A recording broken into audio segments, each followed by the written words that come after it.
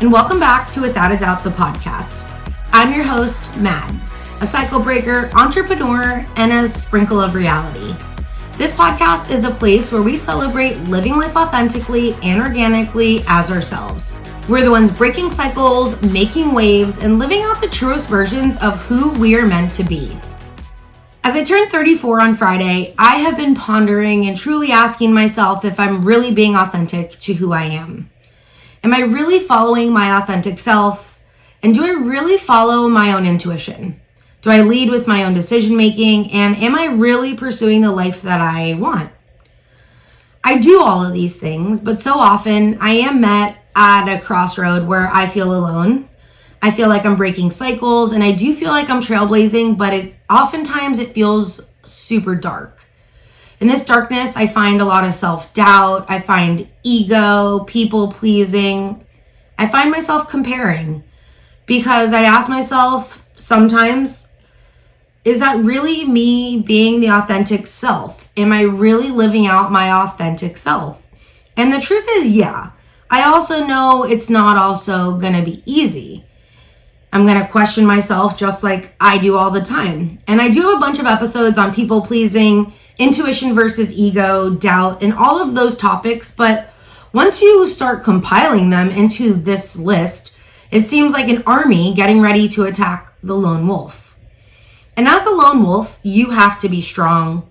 You have to be resilient. You have to have stealth. But most importantly, you have to lead with your instinct and your intuition. Being authentic to yourself so often feels like you are the lone wolf. Out in the middle of the snow. Just picture it now. There's trees on the left, trees on the right, and there's just big open field. And there's just a wolf standing there, staring at the camera, staring at whatever, but there's just a wolf in the middle of the field. It's a big, wise, confident wolf. Growing up, I always felt different. I've always been vocal. I've always been very true to me.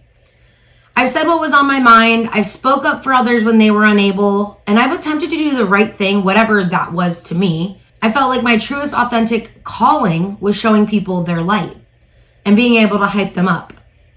On my TikTok, it actually says I'm a hype girl. My friend Emily recently just said I am her truest version of the hype girl, and I guess that's really the best label to put me into the box for. I am a hype girl. I am always super excited for people doing things and living out the truest versions of themselves. But when we're not being true to our authentic self, we find ourselves trapped in a box, holding back things that maybe we wish we could release. And all that does is actually suppress our happiness. All that does is hold us back from the greatness that we could show to the world, but we're not. There are studies that show that people who lead a more authentic life prove to have more happiness. There are studies out there that demonstrate that there is a greater number of positive effects linked to living authentically, adding into that more self-confidence and self-worth. Have you ever changed your voice when you talk on the phone? It's your customer service voice. Hi, thanks for calling. This is Madison. How can I assist you? You know that is not authentic to you. And you know you don't want to have to use it in front of other people because you know you sound icky. That is exactly what it feels like when you are not living out the truest version of you. If we want to live authentically, we need to be prepared to sit with feelings of discomfort for a bit, because it's only when we step out of our comfort zone we can challenge these beliefs and move forward on the route of authenticity. That's a quote from Emma White. She is a psychologist. And I know it's hard because so many people think we know who we are. We are living authentically. We know what's good for us or what's best for us. But when you're following your authenticity, you're following what moves you. You know what makes you go. You know what makes you special. And you fucking run with that. I've been listening to Paris Hilton's memoir, and she is honestly someone who has truly created not only a brand, but a brand that is authentic to her. You might have your own thoughts about her, that she was a Hilton and that her family is why she is who she is, but she literally created a bubble of what she wants you to think of her. That is actually who she is, believe it or not. Her book, that I've been listening to opens up a lot about her life, how she narrates it. It's her, by the way. But she talks about how she built her brand around animal awareness and saving animals from neglect. She loves animals. She is literally like a modern day Snow White. And she is all about fashion, creating statements. She is a natural born creator. Maybe it's in her genes that she is who she is because of her dad and her grandpa or whatever. But she has created this for her. By the way, I have met her and she is so nice. But you can also feel how genuine she is, and you can also feel how guarded she has been, just trying to protect herself from socials, people, paparazzi, etc. She is like the lone wolf.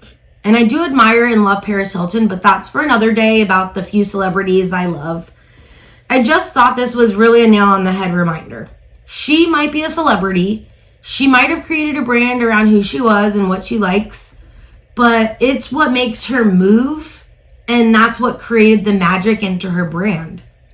We all need to be able to do that. For me, this is my podcast. And I thank you and I tell you that because I am so appreciative of you always being here.